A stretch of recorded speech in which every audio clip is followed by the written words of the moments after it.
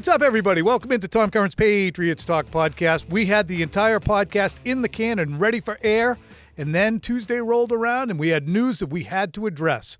Stefon Diggs has been charged. We'll go right to the statements, talk to Phil about that a little bit, and we're also going to delve into what happened Monday night when Matthew Stafford punted away his MVP chances. First, Diggs charged in court Tuesday.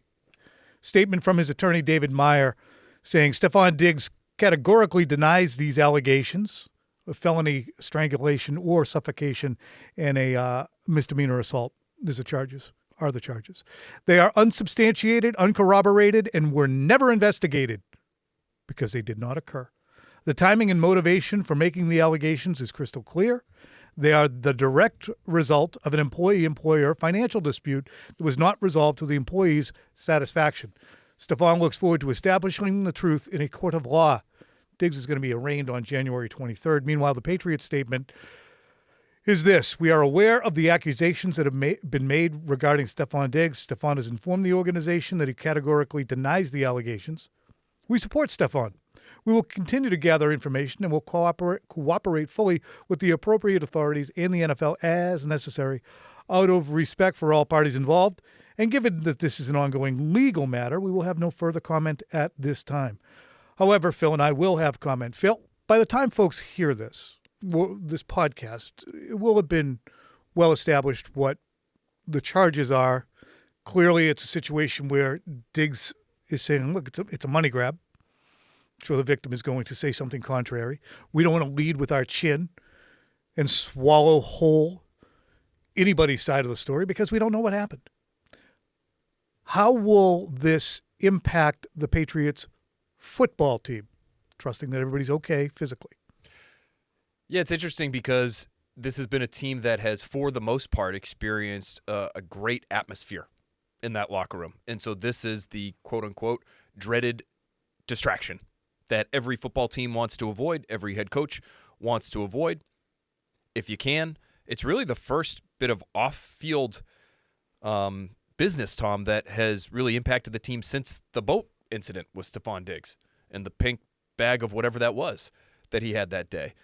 So something that they would want to avoid, and especially this time of year where you're about to embark on the most important portion of your season, and you're going to have people now in the locker room starting on Wednesday, at press conferences starting on Wednesday, to Mike Vrabel, to Drake Maye. There's going to be a stampede to Stefon Diggs' locker if he's going to address us in that fashion. Asking questions about this thing when you should be focused on other stuff, or the team, I'm sure, would like us to be focused on other stuff.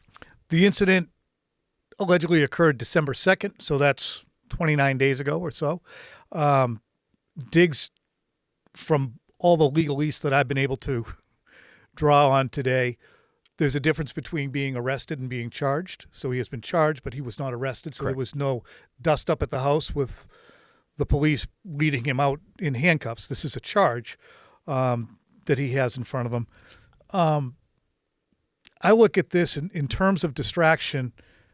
I saw Chandler Jones arrested days before a playoff game in, I believe, 2013 or 14.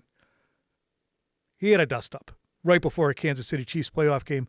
Patriots took care of business throughout that because Bill Belichick, I believe, did an outstanding job, and the players did an outstanding job of maintaining. Look, hope everything works out well for Chandler, but we have a football job to do. Look, if something happened to old Phil here, I would be distressed. I don't think I would be unable to do my job. Phil might have a different story. Phil? No, You'd be okay. I think that's fair, and I'm not saying that the season should be derailed. No, I'm not saying right? you're saying that. And so, it's just something. I It's don't just want to something that's compare not it to football. anything. He is somebody that has been a leader by all accounts for this team, and now he's going to be dealing with this other thing that is now in the public eye. Does it undo the good that not he's a week ago when that person, or about 2 weeks ago now, when the alleged victim went to the police to report her side of the story. Does this undo the narrative that we have attached ourselves to for the last 4 months that Stefon Diggs is a model teammate and player for the Patriots? I mean, it only undoes it if it comes out that there's 10 finger marks on someone's neck. If Diggs' side of the story holds up, then I don't think it really undoes anything, but it does serve as a distraction and it'll either be a footnote or a paragraph in the story of the Stefon Diggs 2025 season. I'm not sure anybody should, with like broad strokes, be characterizing really any athlete, period, because we just don't know them that way. And we are very obviously aware of that because of other things that have happened here in New England with this football team in the past. So, to your point, though, that doesn't take away the things that we have seen and heard in terms of how he's interacted with his teammates, how emotionally involved and focused he's been over the course of the season when he's at one Patriot place, whether at practice or obviously at these games where he's been their second best player. He's done a tremendous job this year, by all accounts. So, no, I don't think we disconnect ourselves from that quote-unquote narrative because that stuff we have seen and heard from the people around him. But the other stuff, I think we always have to be careful when it comes to these players because we're only in contact with them, as are their peers, quite frankly, for a limited amount of time. And so that's always something that I think we have to be cognizant of. But it does feel as though, Tom, in this case, first of all, you don't want to take away the presumed innocence that anyone in this country is afforded. So if you're in Stefon Diggs' situation, we don't want to assume just because we have seen a police report that has some alleged ugly details, we don't want to assume anything happened. You also don't want to look at the alleged victim and say, that can't be trusted. Because this is a woman who went to the police with a story that should be taken seriously. If these things that are alleged did actually happen to her, boy, how stupid would everyone look if right off the jump everyone said, well, there's no way this could have happened. Clearly a money grab. No matter what anybody's saying. The lawyers, the player himself, the team. So I think you're right. Your point off the top of, let's just wait and see. Mm-hmm. Because we don't know. We don't know all the facts in the case. Last year they faced a situation with Jabril Peppers where there was an allegation made of domestic violence. The Patriots basically put him on ice, as did the league, returned later in the season. But they made very clear their feelings on that.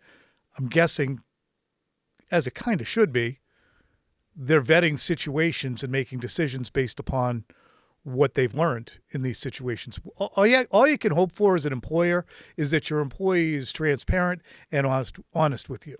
So right now, all we're doing is speculating on the football side and the disciplinary side. I'm sure this advances to the league level, and the league will make decisions on the availability of Stefon Diggs. And all I can say is we're going to keep you abreast, okay? We're going to keep you up to flip and date. Speaking of up to date, let's segue right now into the MVP conversation and Drake Maye and Matthew Stafford. Here's where things stand now that the Los Angeles Rams lost Monday night to the Atlanta Falcons and Matthew Stafford turned into a pick machine. You see those numbers right there. Drake Maye, fewer passing yards, but with the 409 rushing yards, he has generated more yards from scrimmage. Higher average per completion, much higher completion percentage, quarterback rating, higher. Obviously, the rushing touchdowns. So Maye is accounted for 34. Stafford's accounted for 42.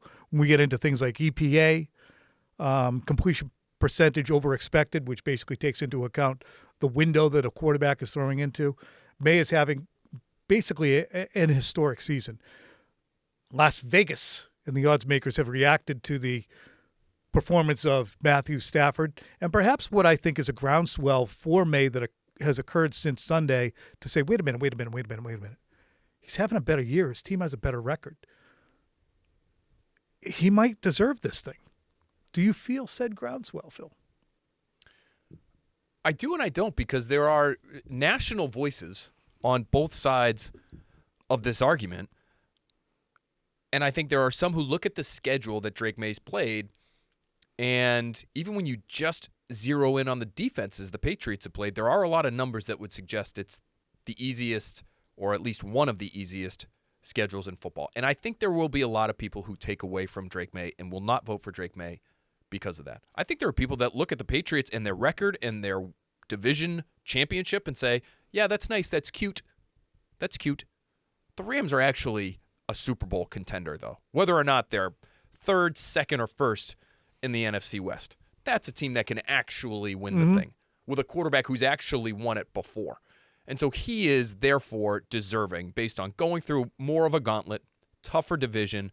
He is the one who's actually deserving of this award because everything the Patriots have done, I'm not saying this, just to be clear, is fluff.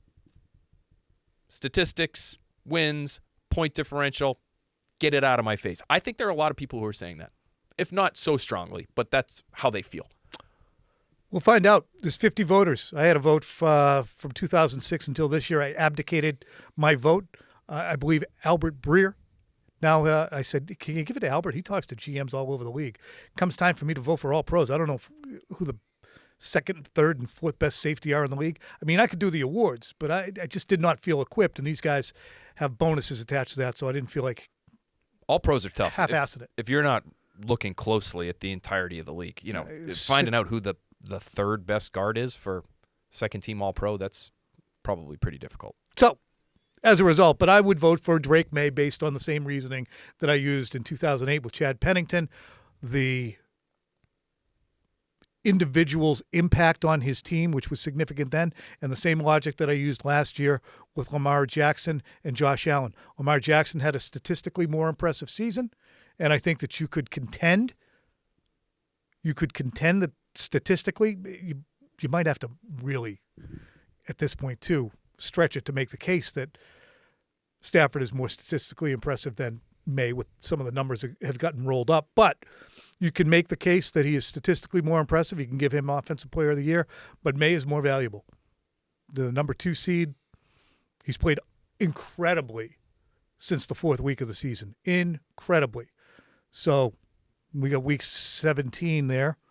Was it 17? Yeah, week 17, you got a stinker from Matthew Stafford that cost that team basically, a game. No question. 3 picks, including a pick 6. I look at it and, you could look at, for me, that word valuable and say the situation Drake Maye's in, even if he's got the easier schedule, the situation and the people around him is so different from what Matthew Stafford's working with in L.A. that, to me, he's more valuable. But say you want to cancel those two things out. Stafford gets the check mark for harder schedule. Drake Maye gets the check mark for lesser talented surrounding cast. And better record. But say those two sort of team-related elements cancel each other out. Now just look at their play in a vacuum and look at the numbers. The one number that Matthew Stafford really has Drake Maye beat on is touchdowns. And that's it. And the difference isn't even that sizable if you include the touchdowns Drake Maye scored on the ground. He's accounted for 34. Stafford now is accounted for 42. So is 8 touchdowns, is that worthy of your MVP vote when everything else, just about statistically at least, EPA per dropback, completion percentage, yards per attempt, quarterback rating, all right now favor Drake Maye. That's why I would go with Maye. How many Pro Bowl receivers did the Patriots have? 0.0. Puka Nakua's Pro Bowl receiver this year. Devontae Adams, I don't know, he had 14 touchdowns, but he's not a Pro Bowl receiver. Anyway, throw in the better guys, more productive running backs. And if anybody wants to say, well, if it wasn't for Josh McDaniels, ... which I'm sure could be lurking somewhere in the minds of voters, what if it wasn't Sean McVay out there? Anyway, how invested are you personally in whether or not Drake Maye wins the MVP? Not invested. Do you think I should be? No, I just think that there's 2 schools of thought here. If Felger and Maz, because they're so contrary and hypersensitive to the notion that we got footy pajama media types, they might take it as if we have our nose out of joint if Matthew Stafford is considered. They can screw. He should be considered. I think absolutely we both should feel be that considered. way. You know what? And I don't know. I don't mean to channel Felger because sometimes he'll zig when you think he's going to zag. He might be over the moon about. But look, if I'm a fan, I'd be pissed because fans like to say, "My guy's the MVP." My guy's the MVP. I'm not going to mock the fans' voices. Oh, My guy's the MVP for Crochet. But I think, I'm sure that in his heart of hearts, Drake Maye would be somewhat disappointed. Well, that would be fair, and I would say because of the fact that you don't know when you're going to have another season like this. I mean, Tom, He's going to get a ceremonial MVP at some point. If it holds, this will be the Instead of Arch Manning. The second highest quarterback rating any Patriots quarterback has ever had. That includes Thomas Edward Patrick Brady Jr. He had the one season that was a better quarterback rated season than the 112.9 that Drake Maye has right now, and it was in 2007. One of the best quarterback seasons of all time. Last point to mention here before we jump out and get ready to talk about whether this is lightning in a bottle in 2025 or the start of a new Patriots reign. The Chargers aren't going to play Justin Herbert. Chargers aren't going to play Justin Herbert, which means that they're most likely going to lose, and that means that they probably don't care if they lose, which means that they're going to drop down in the seedings. And at 7, they will match up with the Patriots. And they're saying, we'd rather have a definitively healthy Justin Herbert and deal with the Patriots than win that game and play the Jaguars. I get the logic. Jim Harbaugh makes the decision, and I see his logic. But as we've talked about a few times, I don't think that the Chargers are looking at the Patriots and going, oh, no, what do we do? I'm sure there's respect, a ton of it. Yeah, and there should be. There should be, but you're right. There's got to be something to this equation, even if you're making the decision primarily to get as healthy as you can, although I'm not sure. Justin Herbert's dealing with a broken hand, I think. Right? I don't know how healthy that thing's going to get over the course of 7 days. However, there has to be some part of the Chargers organization that says, yeah, and so if we see the Patriots, we see the Patriots. Patriots, Jaguars, doesn't matter to us. That's part of it. That is necessarily what they're saying by treating this regular season finale the way they're treating it. What will be interesting to see is, for instance, how often Omarion Hampton carries the football, how much time other guys get. Is it clear that the Chargers are saying, we're all set, see you in the playoffs, or are they still trying to win the game despite the absence of Justin Herbert? All right, coming up after the break, we will discuss what I mentioned. Is this season simply lightning in a bottle, or is it the beginning of something big? Hey, what's up, everybody? Welcome into Miller Lite's Legendary Moments. How about them Miami Dolphins coming into town? They put the paddles to their season a little bit. They got a little bit of a pulse, a little bit of a heartbeat back, and God bless them. Let's talk about some Dolphins Legendary Moments. And for me, it has to be Teddy Bruschi sliding in the snow after a really resounding defensive performance. I believe it was Jay Fiedler he picked off, slid into the end zone on both knees as only the Gumby-like Teddy Bruschi could, and the now banned Rock and Roll Part 2 by Gary Glitter bounding through the stadium as fans exulted, throwing snow into the air. It's a legendary moment for me because I was at the Providence Journal at the time, and the snow was so bad on the way in that I eventually parked my car before the state police barracks on Route 1 heading north and walked and didn't arrive in the press box until, I would say, midway through the first quarter. And my boss, the late, great, much-loved Art Martone said, oh, look at you. That was pretty good. Good for you. Walking in here. I bet he really appreciated that. He did. Yeah, talk about warrior. Yeah. You know, the guys on the field, the guys who are in the arena, but what about the guys covering the guys in the arena? Through with my little computer on my back. Reminds me a little bit of us trudging through the cold and the snow in Minnesota before the 2017 season Super Bowl. Yeah, Uber got the wrong way. We had to get Mayo's press pass. It was so bad. We had to get Mayo's press pass for pregame in 2017, the Super Bowl. And me and Phil got dropped off because we were just landlocked. And we both started running. I just had to go. Phil was earlier than I was on the second. Go on without me. Go on without me. I was sweating through my shoes pretty much, even though it was minus 6 degrees. I remember getting through security. You had to get through security like 4 blocks from the stadium. They were like, what is wrong with this guy just dripping He didn't look sweat. like he was up to something. Oh, early February in Minneapolis. I have a different legendary moment from this rivalry. Okay. 2003. You were probably at this game as well. That game. Miami Gardens. back when the baseball diamond was still on the field. Tom Brady bombed down the left sideline to Troy Brown in overtime to win that game. Dave wants that. Bill Belichick throws the headset up in the air. He goes out, makes a beeline to his young quarterback, gives him a big old hug. An emotional Bill Belichick after that game. Big win. Incredible play.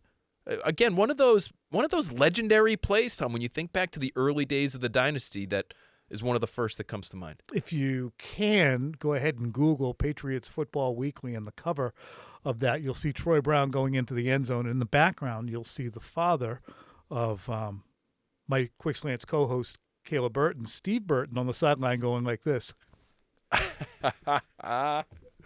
Never a doubt where his rooting interest lies. All Love right. that guy. Thanks so much. Legendary stories start with a light. Here's to 50 years of Miller time. Hey, welcome back, everybody. As I said at the beginning of the program, we taped the podcast on Monday, as we always do, so that we can get that thing all prepped for television, and then some news hit. But we still were able to maintain the portion of the podcast that has great conversational purposes. Here it is. The AFC East is clinched. Number 1 overall seed is still being pursued. The Patriots are 13-3. They got the coach of the year. They have the thinking man's choice for MVP. Not only that, though, they were tied or ahead in every single one of their 3 measly losses this year. That Steelers game, that was the only one where they didn't hold the second half lead. And in that game, they outgained those filthy Steelers by 170 yards. They were tied at 14 in the fourth. They are not that far from 16-0. Fact, not opinion. It's the truth. Meanwhile, look at this. That's your single season passer rating list. Drake Maye checking in with the 16th most prolific passer rating of all times. Look at the names up there, aside from Nick Foles hanging out number 5. And Ryan Tannehill at number 6. Some good company. What were we expecting? That it should be better. That it could be good. But we reserved judgment because you really needed to see it. This was me talking to the fellas on WEEI over the summer about what the Patriots might be able to do. The sum is greater than the individual parts, basically. To me, you look at that, you look at presumed and perceived improvement from their most important player in Drake Maye. You look at presumed improvement on the offense. You look at presumed output from guys like Diggs. You look at presumed performance along an offensive line that's been a disaster annually, and you look at a schedule that's going to be that much easier, and a division that does not house, as it did last year. I mean, last year, the AFC East had like 3 of the teams that were in the top 12 going into the season, according to most preseason rankings. The Jets were seen as, with Rodgers coming back, a team that should be in the upper half. The Dolphins were a top 10 team by most people's measures, and the Bills were the Bills. So I think you combine all of those things, and it's not just, whistling past the graveyard. They are not talented in individual spots, but at least now they have players that you can go and say with a straight face, this is our guy. Meanwhile, we had a ream of shows dedicated to what we predicted Drake Maye and the rest of the Patriots would do this year.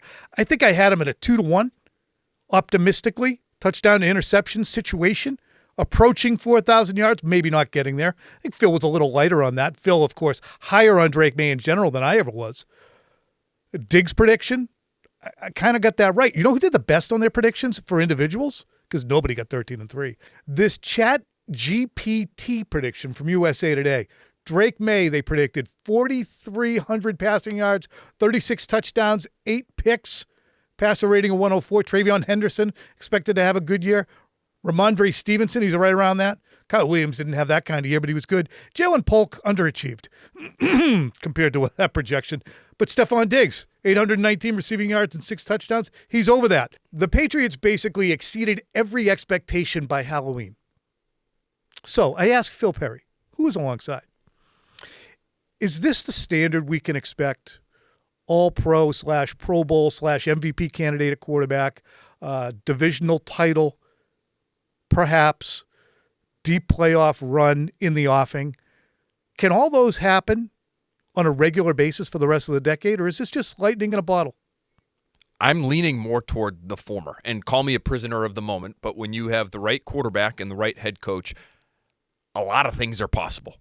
Maybe not anything, but a lot of things. And among those things would be contention for a division championship every year. Start there. They've already won it this year. Congratulations to them. First time since 2019. And I'm not ready to say they will be the champions every year for 10 years moving forward, because the best quarterback on the planet arguably also resides in the AFC East.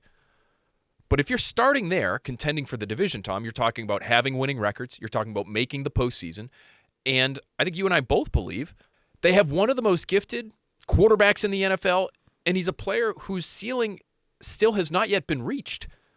So when you add all of that up, you have to lean more toward this is the standard versus not. 14-3, which I think they're going to be, that might be pie in the sky, okay? That was pie in the sky for even the Tom Brady-led Patriots. But the other stuff, I think it does become the expectation. Isn't it wild to think how close they are to 16-0? That is stunning. They lost 3 games by a total of 18 points. Anyway, to buttress Phil's point, when you see a team succeed, there's often a lot of barriers for them to continue success. And let me go through a couple of the main ones and what the Patriots actually have in their system right now. Here's their 2026 free agents of note: Austin Hooper, Kayvon Chason, Kairos Tonga, Jalen Hawkins. All contributors, none that you would call, major cornerstones, but very good players for the Patriots in 2025. Their cap space projected for 2026 by the folks at Over the Cap, $48 million, and that's including some of the money rolled over from this year that they didn't use. That's 9th in the NFL. 2026 draft picks, they have 12 of them. They have 4 in the 6th, they got 2 in the 4th, and also in the 7th. And they have cornerstone players. You got Drake Maye, Christian Gonzalez, Will Campbell at those critical positions.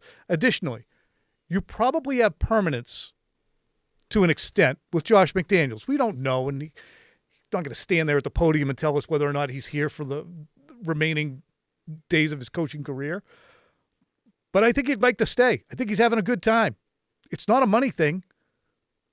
And I think he likes the permanence of being here in New England.